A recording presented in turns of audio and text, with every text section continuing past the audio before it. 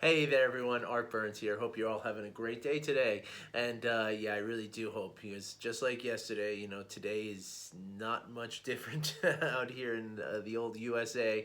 We're dealing with the aftermath of this really confusing and really troubling situation with our our political system, and and yeah. So if you're out there and you're having trouble with this, really just breathe, just like the shirt says, just really try to, and for all of you on the podcast today, I'm wearing a shirt that says breathe and shows a photo of somebody who's meditating. And so the idea is that, when we can breathe, as I said yesterday, right, when we can just breathe, just one in breath and one out breath over and over and over, when we pay attention to that, what we're doing is we're dwelling in the present moment. And when we're dwelling in the present moment, we're not thinking about all of the scenarios and the possibilities and the potentials and the what ifs and the if onlys and all that kind of stuff, because that is where our stress comes from. That is where our unhappiness comes from. That is where the struggle comes from. There is no struggle in your in breath and your out breath, right? It doesn't make the world's problems go away, but what it does is it allows you to approach those problems from a place that has all of your resources available to you. It's a place that you are, whole and capable and the dynamic human being that you are, right? Filled with lots of resources, right? And so when we can bring ourselves back into the present moment, right? That's what we're doing, right? We're giving ourselves the opportunity to actually affect the change in ourselves and in the in the way that we approach the various problems in our lives, right? And that's the important thing here, right? So what I wanted to talk about today, I get a lot of messages from people. I haven't had a lot about the election and stuff, which is fine, and I'm happy, I guess, that people aren't needing that as much as maybe if you do need it, please reach out, okay? But I guess just to say that I haven't received any messages about that, but I do receive messages a lot from people who are struggling with a specific situation in their lives, right? So whether it's the illness of a family member, whether it's a challenge with their parenting, with their children, whether it's a financial issue or a job issue or any of these things, right? Or even a health issue of their own, right? Rather than a family member. A lot of people, kind of reach out to me and ask me, like, give me some tips for getting through this, right? And of course, the tip that I give a lot is just like what I just said, just come back into the present moment. Now, there's lots of ways to do that, right? But the absolute best way to do that is to train yourself to be able to do that all the time, right? So, and this is where I'm going to talk about the importance and the value of a daily practice. Okay, now I know a lot of people, I know how it gets, right? Like, I've been there, believe me. Like, you have a problem, you want a solution to the problem right now. Okay, you don't want somebody telling you that, okay, well, if you do this for 5 minutes or 10 minutes every day, in a couple of months, everything's going to be fine. I need a solution right now because I'm suffering right now. And I get it, right? And I'll give you those, right? I'll tell you, okay, yeah, just take a couple of deep belly breaths and you'll start to feel better. Do the thing that I told you the other day where you sink your breath in your nose, out your mouth, in your nose, out your mouth. You can do that. You can go for a walk. You can exercise. You can, you can drink some water. You can do a lot of different things that can help to calm your nervous system in any given moment, right? And so, yes, I'm here to help you get through those difficult times, and I'm happy to do so, right? But really, what I'm more interested in doing and what you would benefit more from is to adopt this daily practice, because yes, it will take a couple of months before you see real impactful changes, right, in the way that you kind of deal with things and the way that you respond rather than react to things, right? It will take a little bit of time, but you're talking about less than 2 months, right? Like, it's not a lot of time. But the thing is that starting in that time, like once you get to that point, right? Say it's 4 weeks, 6 weeks down the road of doing this every day, from that moment on, now you always have the technique that you need to get yourself out of any situation, right? Anything that is causing you stress, anxiety, difficulty, health, like health threatening stress kind of stuff, right? Where I can't sleep, I can't eat, I can't think straight, I'm going to lose my job, I don't know what to do. All of that stuff becomes completely harmless to you once you have this technique, right? I recently read in a book that this really brilliant way that it was described, that formal meditation is like charging the cell phone on your charging the battery on your cell phone, right? Meaning that if you do this every day, you get this sort of, you charge yourself up, so that just like charging up a cell phone, right? When you can, once the battery's all charged up, you can unplug the cell phone, and now you can take the cell phone anywhere you want to and use it for a period of time until you have to recharge it again, right? And so that's exactly how formal meditation works, right? That once you get into a place, it's like you build up this resource within you, right? You charge up this battery, and then when you go out into the world, right, when you get up from your formal meditation, you unplug yourself, you go out into the world, just like your cell phone, you got all day that this battery will last, and you can use it everywhere, in everything you're doing. So from the slightest little, being late for a meeting, to the most devastating thing about an illness in your family, you will be able to handle these things with a level of calm, acceptance, just the ability to just, survive things in a way that might seem impossible to you right now if you're not doing a daily practice, right? And so that's why I am such a huge proponent of, of really building this as a foundation, and it's like you got to start somewhere. Right. And I get it. Again, I get the fact that, well, I have this problem now. I need a solution right now. Yeah, I get that. Right. But do you think, is this the last time you're ever going to have a problem that's going to be that you're going to need to reduce the stress in your life? Is this the last thing that's ever going to happen to you? Because if that's the case, then let's say, okay, I'll hold your hand and I'll calm you down. We'll get through this. But my suspicion is that in a few weeks from now, there's going to be something else. And a few weeks after that, there's something else. And a few weeks later, something else. Right? Because that's what life is. Right? Life is this series of experiences. Right? And some of those experiences are very, very wonderful. They're filled with excitement and love and just beauty and just, pure enjoyment. But some of those experiences are very challenging. They're very difficult. They're very painful. They're very dangerous in some respects. Right? Like a health issue, can be very dangerous, right? And that's what life is. So there's no shortage of experiences in your life that are going to require stress reduction and the ability to stay whole among the trauma that you're dealing with. There's no shortage of that, and there never will be. Right? So even though it seems like right now I have this thing, right? Like my family member is sick right now and I need to get through it right now. And there's no way that I can get around that because I need it, right? Like this is what's happening to me right now. Yes, I get that. And we can work on that, but really, there's no, like a lot of people want it to be like just taking a pill. Right? Like, okay, just give me something that I can do right now and it'll fix this situation, and then everything else in life will go back to the same that it always was, and I don't have to worry about it, right?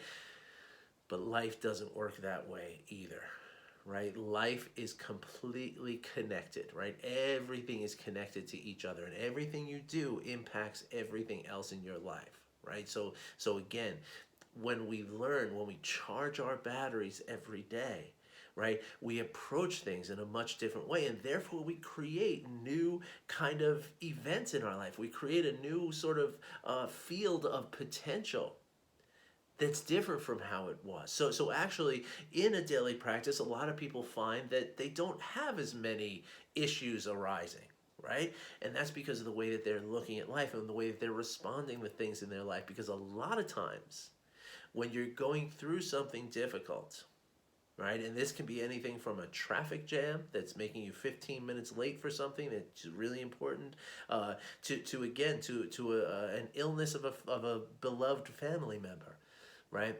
That when these things are going on, right, and when we're not able to handle these things without stress and without hyper arousal in our system, right, and the stress response, as I've talked about here a lot, when you're in that stress response, right, you're not thinking clearly, your body is not working properly, everything is out of balance because you're in your survival mode.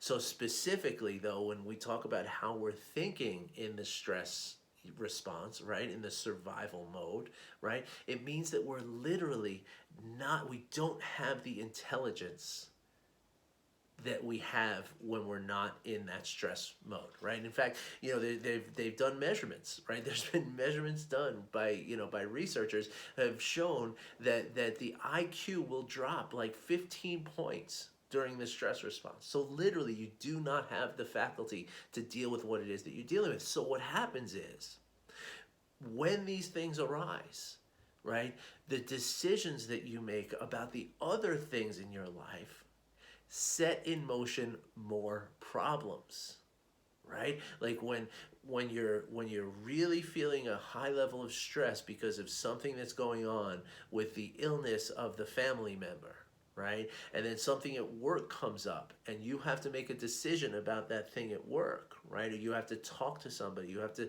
say something, you have to answer a phone call, reply to an email.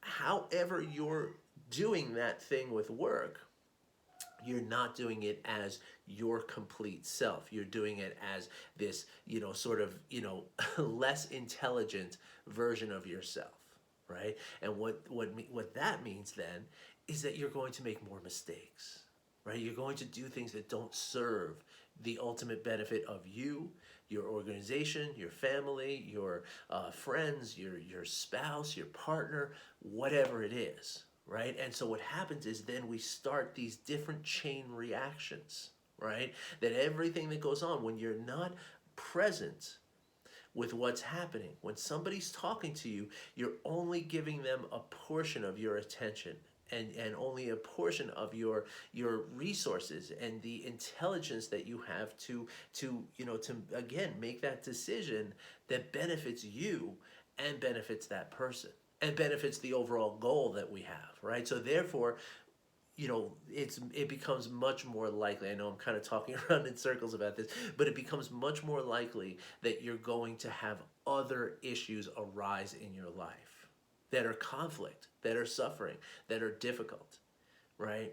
And so that is, again, the idea here is that when we create a new sort of way of living, right, which is to breathe on a regular basis, right? The bottom of this shirt says breathe as though your life depends on it, right? This is like an offshoot of a John Kabat-Zinn quote, right? Because this is what it is, right? Because if we can breathe as though our lives depend on it, right? What that means is paying attention to it, right? Just always be aware of that breath coming in and out of your body, right? And what that does is that gives you this sort of anchor, this lifeline that you have, that whenever you start getting overwhelmed by anywhere from the little problems to the big problems in your life, right? Again, anything from a traffic jam that's making you 15 minutes late. Again, if you get yourself into a stress response because of that traffic jam, when you finally get to where you're going 15 minutes late, you need to be the best you possibly can be to make up for being late, right? But yet, if you're in that stress response, you're actually showing up as the least best that you possibly can be, right? You have the least amount of resources, the least amount of wit, the least amount of thinking on your feet, right? And so when you get stuck in that traffic jam, or when you get the news of something, bad happening to a family member, or you're looking at election results and scratching your head about what's going on in this country, whenever this stuff is happening, you have this. And for those of you in the podcast, I'm pointing at the word breathe on my shirt. You have this tool, you have this anchor that you can always turn to. And when you turn to it, you can bring yourself back down. You can interrupt that stress response. So, again, in the traffic jam, right, you have this tool. You can just focus in on your breath. Okay, forget about for a few minutes what's going to happen if you're late for this appointment, right? Like do what you can. Make a phone call, send a text, send an email if it's safe, pull over even in traffic, be careful with that. But do that. Like send the message and then know that you've done everything you can do, right? And at that point, just breathe and pay attention to your breath and bring your body down, knowing that you really are safe, right? You're buckled in, you're not going fast, nothing is physically going to happen to you. You will survive, you will get there. 15 minutes late, it's not the end of the world, most likely, and you can put it back into that kind of perspective. And then when you get there and you're 15 minutes late, again, you're then presenting yourself as the best possible version of you, right? Not the hot mess of stressed out and tight like a spring and like, oh, shaking and sweating. And I'm laughing because that's how I used to be, right? Like I used to be exactly like that. And I would literally come into a meeting like panting because I was late, and if it was I was used to be in the sales position too. So like people would look at me and be like, yeah, okay, any chance you had is now over, like I could see it on their faces. It was so silly. And of course, that's an extreme example, and that didn't happen a lot, but I can remember a couple of times of that happening where I just got so stressed and so overwhelmed with the stress that's what happens. You show up and you exude this energy of desperation, of panic, of out of controlness, right? That's the problem, right? People, when whether it's let's say you're 15 minutes picking up your child at school, right? When you can show up to that child at school, right? Do you want to show up as this panic-stricken, stressed person that's going to make your child afraid? Or do you want to show up as somebody who's like, hey, life happens, you'll learn about this as you grow older. It's not the end of the world. You're safe. I'm here. I'm sorry. Let's go get ice cream. Like that's the difference, right? And so that's what I mean. Like when you show up as that real stressed person, right, you're then creating another problem because now your child feels that, right? And now they're going to have some sense of fear in them, right? So a day later, a week later, a month later, something else is going to happen, and that's going to trigger them based on how you presented yourself, right? So now again, it's really hard if you're just going to try to do this as things come up, right? That's like almost impossible because again, when you're in that stress response is when you're not going to remember to breathe. You're not going to remember that you have this tool, right? So that's why it's necessary to build a foundation with a daily practice, right? It's very similar to learning music, right? Like when the most famous musician that right? Whoever that is, picture that person right now. Okay, you can bet that person is practicing their music, whatever instrument they play or whatever they sing, or whatever, they are practicing that 8 hours every day. It's a full-time job, right? And that goes for anyone, right? Anyone who's a professional, who makes their living on, who makes a successful living on doing, any kind of music, right? And so they're practicing all day, every day, so that when someone hands them a guitar on a stage in front of thousands of people, they can play. They don't have to it's not a problem for them now. There's no nervousness, there's no anxiety. It's just, yeah, let's plug in, let's do this. Because I've been doing this every single day. I mean, I've got thousands of hours of practice under my belt, right? Now, the good thing is that meditation is not being done in front of 30,000 screaming fans, right? So you don't have to worry about, doing 8 hours a day, right? But really what you're talking about is doing that 5 minutes or 10 minutes every day, coupled with a couple of other different practices I could give you, to sort of supplement that and complement that. But basically, that's what you're doing. You're doing that every day so that when you do come to that traffic jam or when you do get that phone call that some bad news is happening, you now have that, sort of innate way in which you can settle yourself back down, right? And so so I work with a lot of people, right? And I mean, and everybody's different, right? And this is one of the most fascinating things for me. Like some people swear by doing a meditation at night. Some people swear by doing it in the middle of the day, in the middle of their workday. They go out during lunch and they sit on a park bench, or they go into their car, or they go into a conference room or whatever, and they do their meditation that way, right? But I will say that I think the most common denominator the most common denominator of people who are successful in developing this, this daily habit are those who do it as part of a morning routine. Okay? Now, again, everyone's different. So I'm not saying that's, my way or the highway kind of thing, right? It could be very different for you. But the key is to find that thing that works for you where you can take just 10 minutes out of your day. Now, here's the thing though. You don't start with 10 minutes. Now, I know some meditation teachers will make you do that, right? Some meditations say like, hey, if you're serious about this, then you find 10 minutes and you do it every day. But that becomes hard. And what happens is 2 weeks later, you realize, okay, I've only done it out of 14 days. I've only done it for 6 days.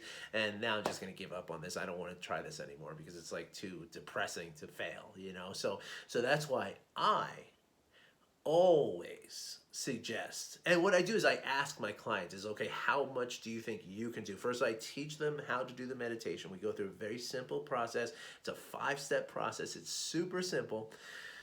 And at the end of that, I say, okay, now, how many minutes every day would you want to do that for? Anywhere between 1 and 4 minutes a day. How much would you want to do? And some people are like, well, I want to do like 8 minutes. I want to do a lot. And it's like, okay, well, let's start with 4. For 1 week, let's do 4 and see how we do at the end of the week. At the end of the week, most of the time, they're like, yeah, 4 is good. Let's stick with 4 for a while, And the idea then is that we build up to it, right? It's like, there's this concept in the world about like breaking through your comfort zone. And I get that and I understand the concept behind it. But there's another way of looking at it, right? There's another way of looking at doing something every day within your comfort zone and allowing that comfort zone to grow with the repetitious practice. And that's what I kind of subscribe to, and that's what I advocate for my clients, is to do something very, very comfortable, very, very easy. And you know what? For a lot of people, just 2 minutes a day is all they need, because once you can, because again, it's like charging the battery. Once you charge the battery, you can use that in other areas of your life, and that's where I teach people informal practices as well. Which, if you do 15 minutes worth of informal practices, which means like if it takes you say 1 minute to walk from your desk to the washroom and back, if you do that mindfully, then that's 1 minute of meditation. And I can teach you how to do that, right? So the point that I'm trying to make to you is that, yes, there are lots of different ways that we can calm ourselves in the moment, but the best thing that we can do is to establish this daily practice so that we can have this tool that no matter what happens, and I mean it, like no matter what happens, like at this point, there is almost no bad news that could put me into a place of inconsolable stress and anxiety. And I used to be very susceptible to it. Like I said, I used to show up panting and sweating to meetings, It's a miracle I lasted in that career and all, looking back on it. But, it was all good. But seriously, there's almost no situation, right, that is too much for me to handle, because I have this tool, right? Because every night, or every morning rather, I plug in my cell phone and I charge it up. And when I leave the house in the morning, or when I come into my office in the house in the morning, I have this fully charged battery. And now I can handle anything that comes up during the day. And sometimes, if a day is particularly difficult, right, which has been happening a little bit during this pandemic, I might need to recharge my battery. So I need to do another 10-minute meditation at some point during the day. And I do that. because I know that that's what I need. And the awareness that I developed through the meditation is what lets me know that I need that. And giving it that is what helps me to then get through the rest of it. So that's where it becomes a very virtuous cycle, right? Where it's like a very positive, feedback loop, right? Where it's like the more meditation you do, the better your meditation becomes, the more effective it becomes, and the less you need it. The less you kind of feel like you're overwhelmed by things, and then the more you're going to be aware of your overwhelm, and the more you're going to be able to just take the few minutes and meditate again to solve any issue that you're coming across. So, why am I telling you all this? Right? I'm telling you this because I really care about you and I want you to be free from stress. And so I am inviting you to start a morning meditation practice. And I'm inviting you to start it tomorrow, right? Like seriously, don't wait. Because, doing it every day for about 8 weeks is what they say, right? It's kind of complicated, depends on how much time you're doing and what type of meditation. But suffice to say that for 8 weeks, right, for 2 months, every day that's what you need, right, to get this benefit that I'm talking about. So therefore, if you start tomorrow is November 5th. So that means by just after New Year's, you're going to be completely different. You're going to have this tool in your tool belt. And it happens before that. It's not, like 8 weeks is like sort of the completion, if you will, but it doesn't really work like that. It's not a binary thing. It's a spectrum. So so by Christmas, you're going to feel great. By the holidays, whatever holidays you celebrate in your family, if any. I'm not saying you should. But anyway, start simple. Start simple. Start with just 1 minute in the morning, every morning, and just close your eyes and just focus your attention on your breath, okay? A lot of times I tell people, put a hand on your abdomen so you can feel the hand rising and falling with each in-breath and each out-breath, okay? 1 minute. Set a timer, do 1 minute like that. And every time your mind wanders off, right, when you're sitting there, you're focused on your hand, everything's going great, and then all of a sudden you think about a meeting that you have or something that's in the refrigerator or what are you going to make for a snack. Now, just bring your mind back to your hand on your abdomen, okay, for 1 minute every day. Do that for a week, and then after a week, think about maybe going to 2 minutes. And after another week, go to 4 minutes. After another week, go to 8 minutes, and now you're set. And now you're at the place where it's all going to fall into place for you. And if you would like help establishing this, then that's where you get in touch with me. Okay? It's very simple. It's not expensive. It's a really it's a process that is depending on what you're looking for. If you're just looking to learn how to meditate, then that's not expensive at all. If you're looking for one-on-one extended coaching, that's not still it's very reachable for almost everyone, and that's how I intend it, and that's how I make it for myself. So if you'd like to learn more about any of that, okay, call me. Okay, book a call on my website, artburnscoaching.com. Reply to this email or leave a comment on YouTube, and do all the YouTube things, right? Just, subscribe, like, comment, share, do all that stuff. And if you're seeing this on social media, same thing. Just leave a comment, send me a direct message, and let's get into a conversation, okay? I hope this helps, folks. Because it's like a magical thing, and I discovered this, now it's about 10 years ago, and it's the best. It's the thing that saved my life. It really is. So I would love to teach you how to save your life with this as well. All right, everybody, thanks for listening. Wish you well, and please, just breathe. Have a great day, everybody.